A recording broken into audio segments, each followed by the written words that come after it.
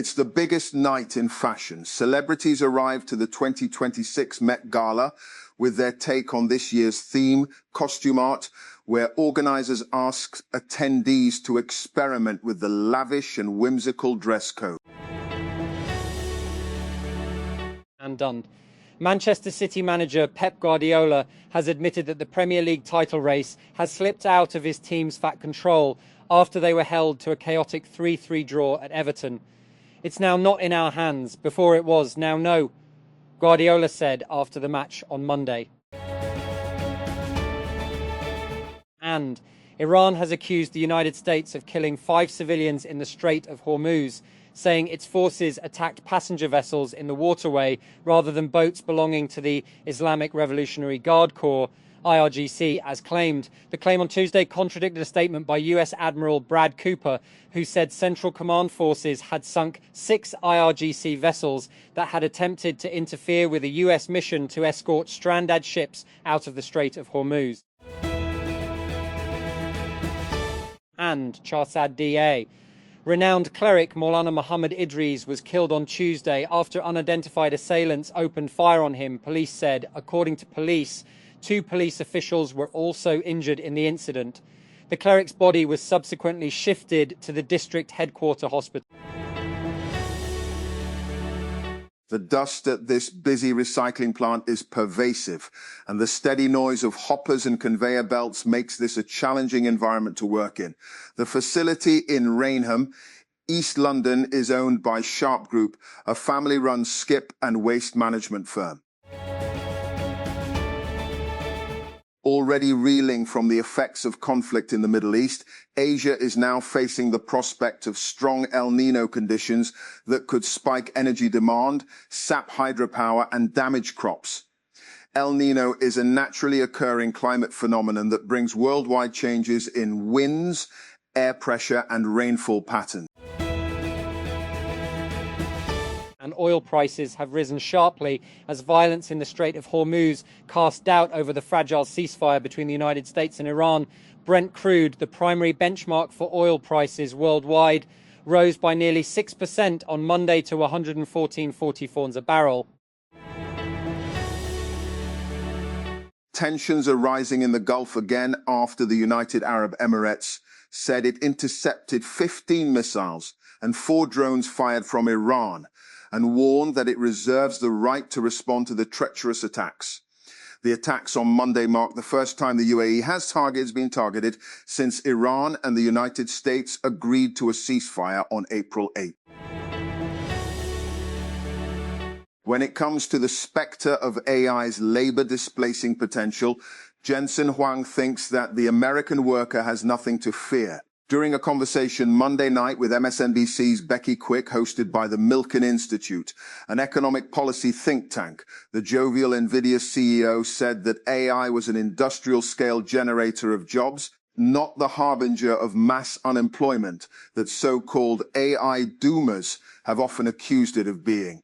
A number of different topics were broached during the talk, but a central theme that kept coming back was the ongoing economic anxiety surrounding the AI industry and whether it was something Americans should be legitimately worried about. At one point, Quick noted, "This is happening so quickly. Is there a bigger dislocation than we've seen in the past that leads to greater inequality? And what do we do about that?"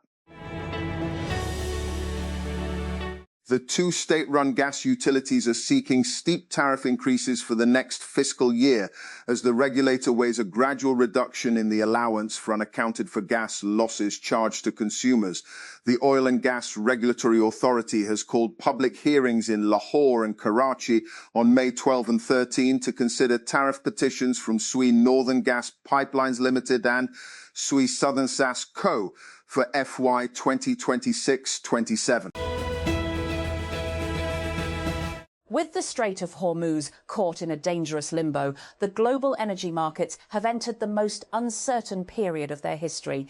Last month, the International Energy Agency predicted that both oil supply and demand growth would be slow compared to last year.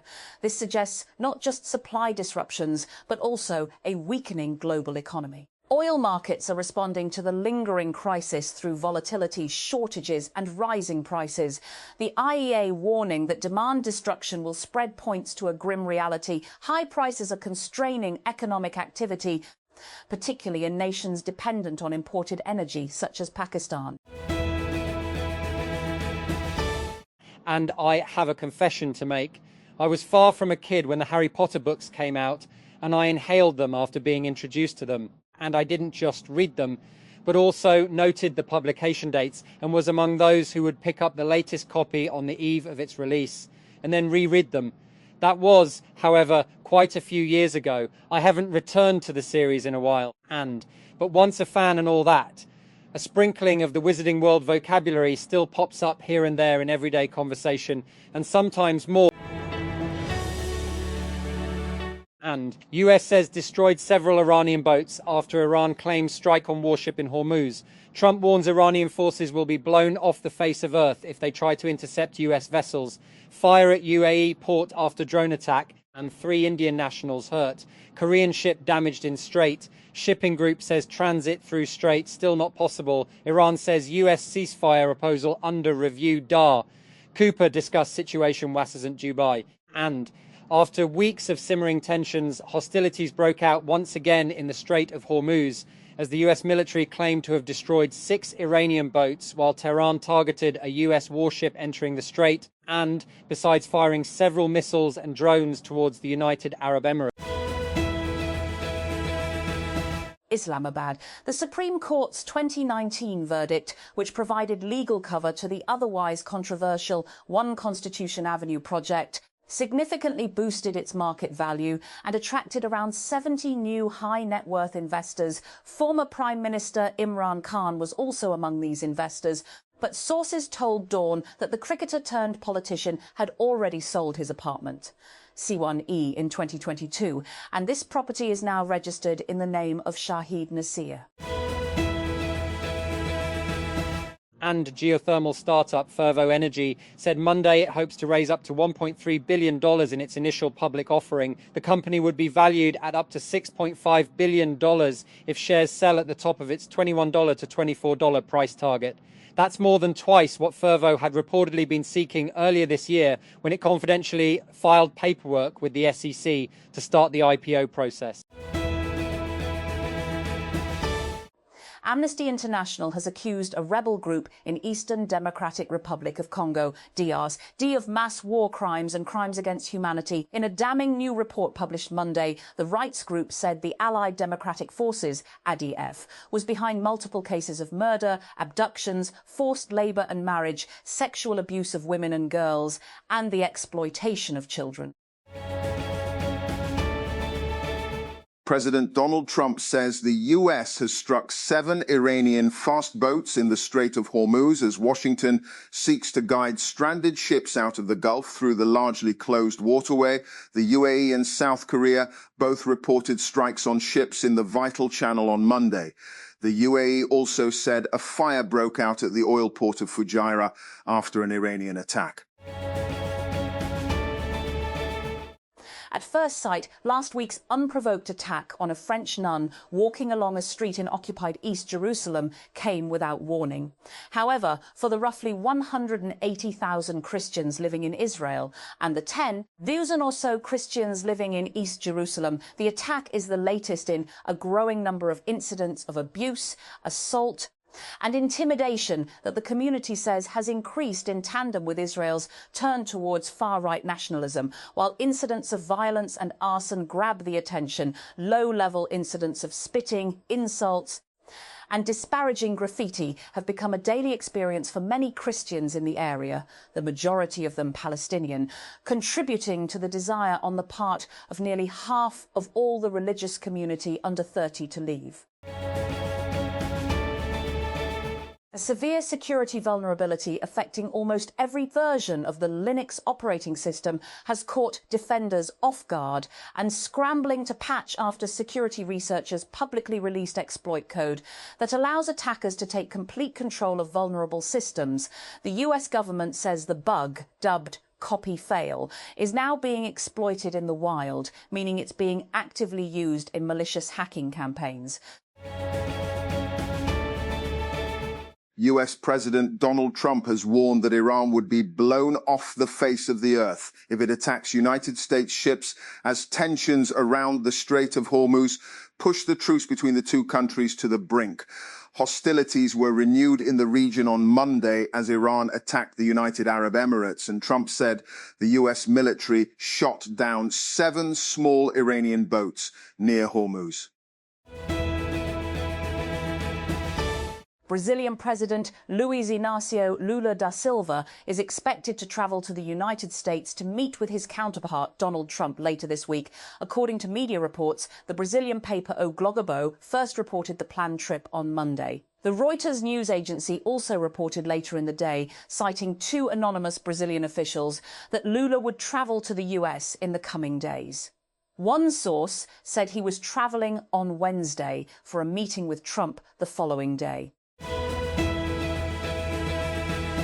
And in the long-running saga that is Cerebras Systems' IPO, the finish line is finally in sight. The AI chipmaker said on Monday that it is preparing to sell 28 million shares at $115 to $125 a share. This would raise $3.05 billion and give it a $26.6 billion market cap at the high end. That would be a nice bump in just a couple of months for the late investors who piled into its $1 billion Series H at a $23 billion valuation in February. And it would also be a boon to OpenAI and a few of its executives. Russia and Ukraine have declared competing unilateral ceasefires in their 4-year war. Russia announced on Monday that its ceasefire would be between May 8 to 9, when it traditionally marks Victory Day in the Great Patriotic War, as it calls World War II, with a major military parade in Moscow. Kyiv said later that it was calling its own ceasefire for May 5 to 6. And Israeli forces detained 2 activists after stopping the Gaza-bound Sumud flotilla off the coast of Greece. It happened in international waters nearly 1,000 kilometers from the Strip.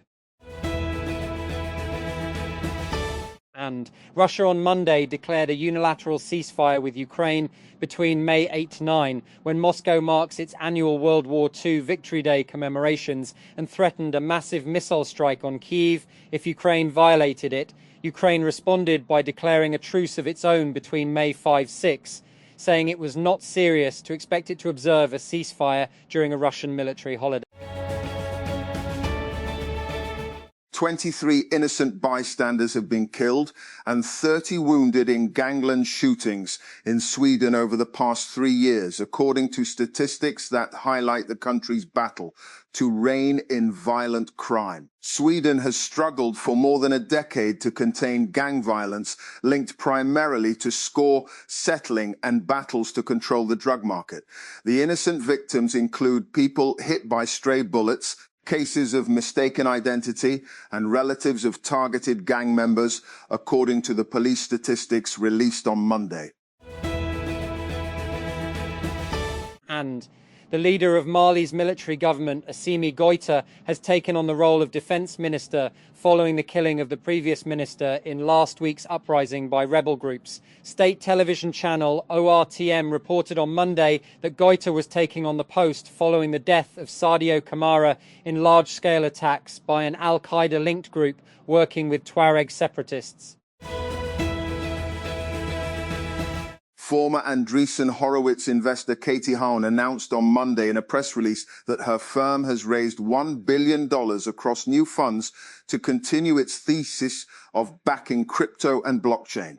The capital will be spread across startups at early and later stages, Bloomberg reported.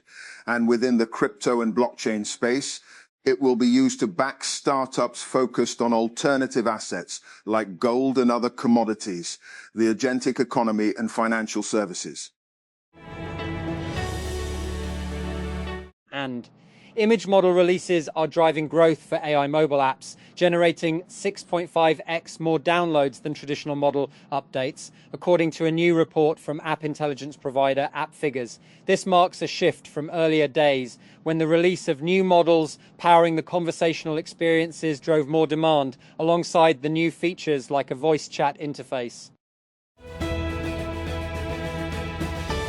and tackling methane emissions in the fossil fuel sector would help efforts to hold back climate change and increase energy security, especially as the Iran crisis threatens global supplies and, according to a report by the International Energy Agency, IEA, the oil, gas and coal industries account for about 35% of all methane emissions from human activity, notes the IEA's Global Methane Tracker 2026 and released on Monday. However, there is little progress in reducing them, the report points out.